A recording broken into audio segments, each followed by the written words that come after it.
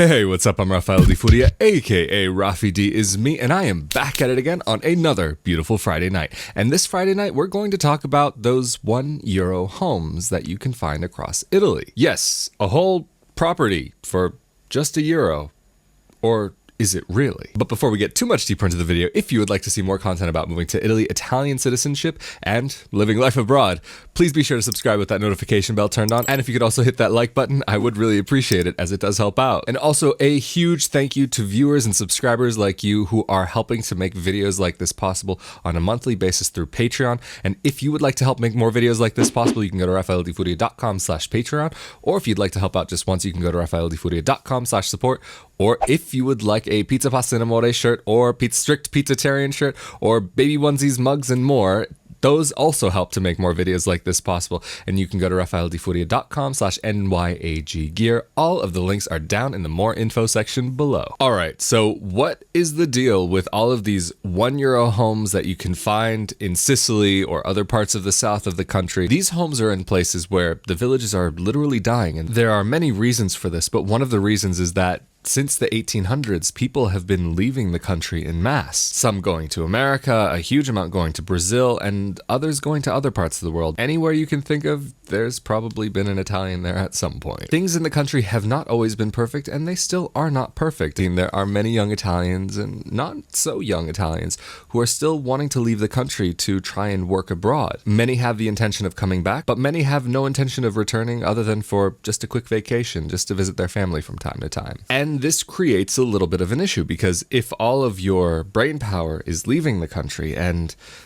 there are fewer and fewer people actually trying to stay in the country, then this creates a bit of a problem. There have been huge amounts of people who have left the country. Look at the Italian-American population. I mean, it started out with a pretty decent sized number of people and has grown much larger, and especially when we're talking about the amount of Italians who went to Brazil is even bigger. They're not necessarily leaving from places where life was already good. So you'll probably be more likely to find people who are of Italian descent outside of the country who might have ancestry from southern Italy, maybe some with northern Italian ancestry, but it seems to be a little bit less common in my own personal experience. And because so many people left from these places, from these smaller villages, that meant that there were fewer people there to grow, have children, and to input and to really give to their town, to really give what they can, paying taxes, doing work there, creating an economy there, or not necessarily creating an economy, but helping to keep that economy going and try to build it even more. But because that never happened,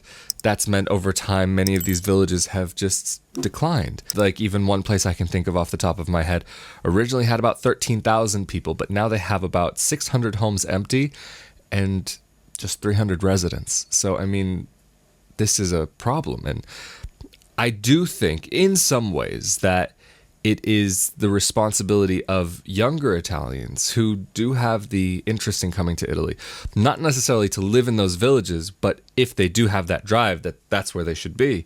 It's not going to be an easy life, but it's something that will help the country, because we had the opportunity to go to another place, to learn what we could, to live a good life. And I mean, I am very grateful to my ancestors that they came to America and gave me the opportunities that they did, because they made a big sacrifice by leaving their families, their friends, their home, their country. I think with all of the things that people have learned abroad, that it might not be the worst thing to be able to take those things and bring them here. I'm not saying to turn the system upside down on top of itself, but I'm sure there are things that are from abroad that could come and help things here. And I have heard of politicians looking abroad to see how things work there and see how those things can influence how things work here. Because as we all know, the system here is not perfect at all. And there are many improvements that can be made. Does it work? Yeah, it just sometimes takes a lot of time for things to happen. But that's a separate point. Let's get into actually these homes. Why are they so cheap? Well, it's because they are in villages that are a bit further out,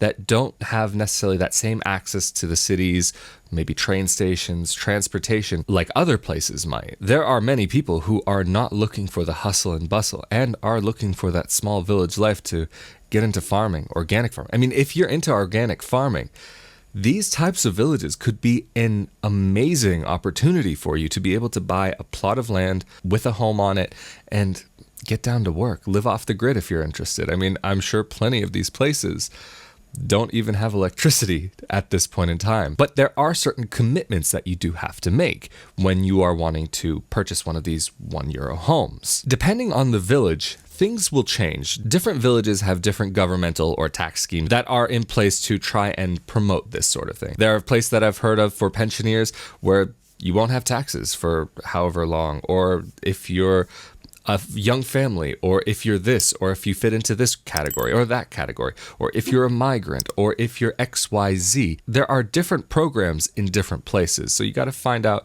what's the right location for you and what's the right program for you. Also, it's not just that you pay €1 and you get the keys right away and everything. You also, in some places, will have to make a deposit. Could be about €5,000. And also you have to commit to renovating the home that's standing there. These aren't ready to move in homes that we're talking about here. These are homes which have been sitting for a while, which need to have work done on them. And in some places, it's only that you have to guarantee that you'll put at least €20,000 into the place. So if we're talking about all in, that you have a home for €25,001, I mean, that's not a bad idea. That's not a bad deal. Doesn't matter where in the world you are, to have something that you own. That's pretty big. But of course, you may have to pay taxes on it when everything is said and done, because that is also another part of putting into the system. It's not just buying something and having it, but there is that active part that happens as time goes along. But I think about it like this. Growing up, one of the reasons why we didn't move to Italy sooner, well, other than the whole Iure Sanguinis thing, if we took that out of the picture. But even with that, we would have maybe considered trying to figure out another way through visas and all of that sort of stuff. But one of the biggest reasons why we didn't leave when I was a kid was because my grandparents were alive and they needed help. And basically throughout my whole life, either we lived with them or they lived with us, or we all lived in the same home together. I mean, we had 3 generations all in the same house. And I have to say, I'm very grateful for that experience growing up. But at the same time, I'm still very fortunate that I got to spend so much time with my grandparents, because growing up, my grandfather was basically my father figure. And that's my connection to Italy. And that's why I'm so passionate about all of this. That's why I wear one of these things. Every opportunity my grandfather had, he was always making sure that we understood that we were Italian. This was the most important thing. Well, family was the most important thing. That love that family has, that was the most important thing. But the identity, that was also very important. And I think that Italian sense of family was where that came from. My grandparents probably never would have moved to Italy. Maybe my grandfather would have considered it. My grandmother, I can't ever imagine. So because they were older, it was important that we stayed with them. Unfortunately, people don't live forever, at least not yet. And even if they did, who knows if that would be a good idea. If you had a family, say your immediate family plus your uncles, your cousins, your aunts, and you all were interested in living in the same area, that you basically just picked up and then replanted yourselves in a whole new place. I mean, you could be in a new home. You could have a few new homes for under €100,000 all in, potentially. I'm not saying that that's how much it will actually cost. You may want to do extra renovations. You may want to just go for the bare minimum. So there are always options. But if you could have your family unit, your cousins, everybody that you know, but pick up and live in a new place and have that support system around you, actually help really rebuild these villages in a way that's very important, because that also brings back some of the culture. Italian culture and Italian American culture have diverged a bit. And there are differences. There are very stark differences, but there are still some core similarities. And I'm not saying that everybody needs to come back. I'm not saying that. I understand there are many people who think that America is the best country in the world, and America is a fantastic place, but I personally can't say one place is better than the other. It's just, we're living in this crazy world, and where do you want to be? Where can you be happy? For me, that means being in Italy. And for other family members of mine, that also means being in Italy. Not everybody in my family wants to be here, but there are people who are interested in it. I mean, I think really the way forward is if Italy can make it attractive for people, not only Italian Americans, but other people who are interested in really putting in, really doing their part, their fair share of being a productive member of society. I think that that could really help boost Italy and really bring life back to these villages. But to make like a holiday village where all of these become vacation homes, I don't think that's the way forward. I think that actually could make the problem worse. What few people are still living in that village could be pushed out because of the prices getting higher. So I'm not saying that Italy needs to become more of a tourist hotspot, because Italy is already, I mean, there are places like Venice which are suffering because of the amount of tourists that come in and really take over the city, that they've now had to introduce taxes to try and curb that a little bit. But not only to curb it, but to actually be able to benefit from it more so that they can keep up with the upkeep. I know this video has talked a lot about other subjects other than these €1 homes, but I think this is all a part of the same discussion, that one has to do with the other. But let's go on a little bit with what we've already spoken about. Many people are interested in these homes because it seems as though they will be a good investment for later in life, that they can go and resell the home. But if we're talking about the situation as of now, there is a reason why these homes are having a difficult time selling and why the Italian government is almost giving them away. But if things go well, if these schemes actually do work out, then these could be hustling, bustling, thriving villages once again. I mean, there's the potential that one of these villages could be turned around into some sort of digital nomad paradise and actually break that nomad thing and have people want to settle there and create this interesting place. Or it could be a place where young Italian American families come together and have their own experience and can be living with each other, having that support, understanding the struggles that everybody's going with, but have people who are from Italy there so that there can be that integration and that cross-cultural exchange. Even though it's the same base when we're talking about the culture, again, there are those differences. There is a lot of potential for what different directions these villages can go.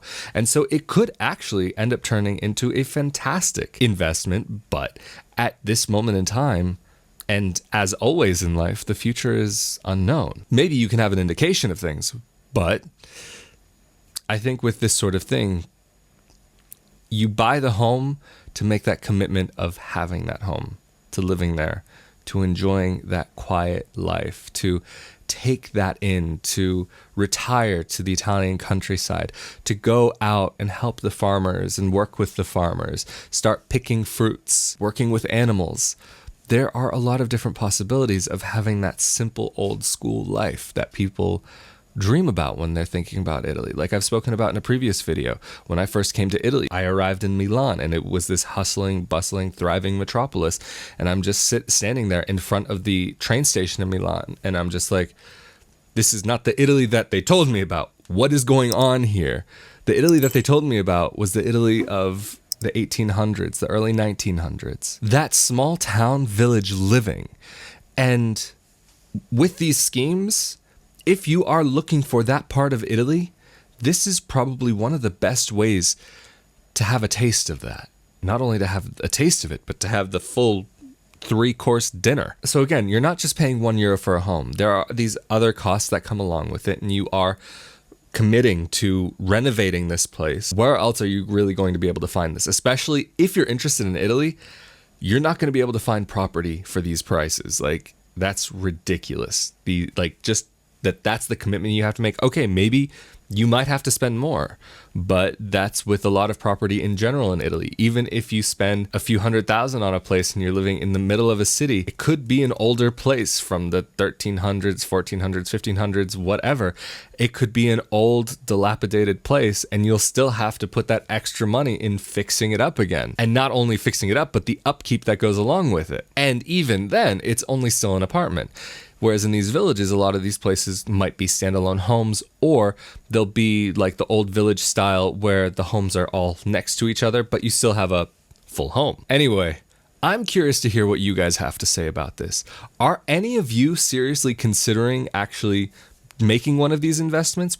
Or are there any of you who are thinking that maybe coming to Italy this way might be the right way for you? Are you looking for that old small town life? Or is this not so attractive to you because you're maybe looking for Rome, Milan, Florence, like a city life? Or is this something that maybe you're still a bit skeptical about? Whatever your thoughts are about this, I'm very curious to hear about them, and feel free to leave them down in the comment section below. And if you enjoyed this video, or you know other people who are thinking about this sort of thing or would like to know about these €1 apartments, feel free to share this video with your friends across social media, or to send it on WhatsApp or email, whatever might be the way that you keep in contact with your friends. And if you're wanting more information about what these places are, I would say probably the best thing is to actually do a Google search, because you'll get news stories and news stories and news stories about these locations. While I could potentially do a video on it, if you guys are interested in that, let me know. But there are so many of these different villages that I think to try to include all of the information as much as possible, I think it would make the video a little too complex. But if you are interested in it, let me know down in the comment section below. And if you would like to see more content like this about moving to Italy, Italian dual citizenship, and living life abroad, please be sure to subscribe with that notification bell turned on. And if you could also give this video a like, I would really appreciate it, as it does help out the channel. Also, if you are wanting to help make more videos like this possible, you can go to rafaeldifuria.com/Patreon to help on a monthly basis, or to help out just one time, you can go to rafaeldifuria.com/support, or for shirts, mugs, onesies, and more, you can go to rafaeldifuria.com/NYAGgear. And as always, I'm Rafael Di Furia, aka Rafi D is me, and thank you for joining me on another beautiful Friday night. I hope you all have a great weekend. I look forward to seeing you all next Friday. Later.